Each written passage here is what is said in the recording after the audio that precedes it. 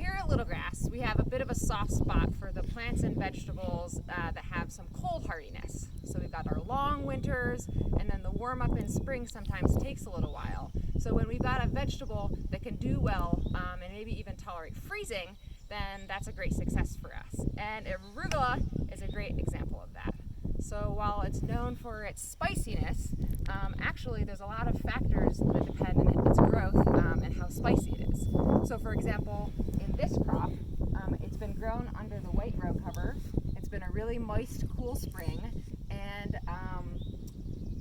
so the leaves are actually quite tender and mild, which is something that's really great. Whereas in the heat of the summer, maybe in hot July, if it's hot, it's windy, it's drier, then you may actually have a more pungent leaf. So I always encourage you to maybe try a leaf and see like how spicy it is, and that might help you decide how you're going to use it. Maybe you'll add it to a salad if it's more mild, or if you want to take the edge off, then you can actually cook it a little bit, braise it, add it at the end of a soup, or toss it into a frittata, and that will take the punch out of it a little bit. So we're going to get into harvesting. So I want to show you a plant actually. Arugula is pretty cool. We call it a cut and come again crop. And that's because if we cut above the soil surface 2 to 3 inches, we're actually leaving this little growth crown. And that means it can resprout.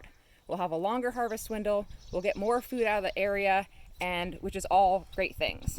So let's pop into actually seeing it in action in the field. So when I'm harvesting arugula, we'll come over to the bed here. We've got 4 rows, and we're just going to focus on 1 row in our harvest. So I've got my harvest basket that's very conveniently located. I've got my knife. I like using a knife. You can use scissors, whatever works for you. But we're going to get right down into the bed.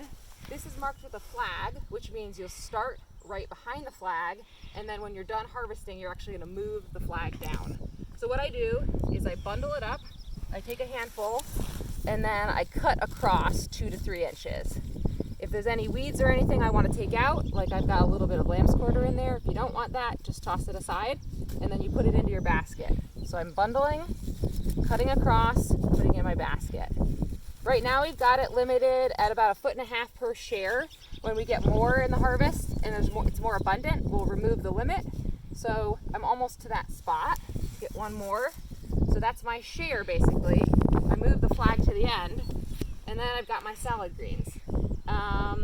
And that's the way to enjoy arugula. Definitely you can use it raw or cooked.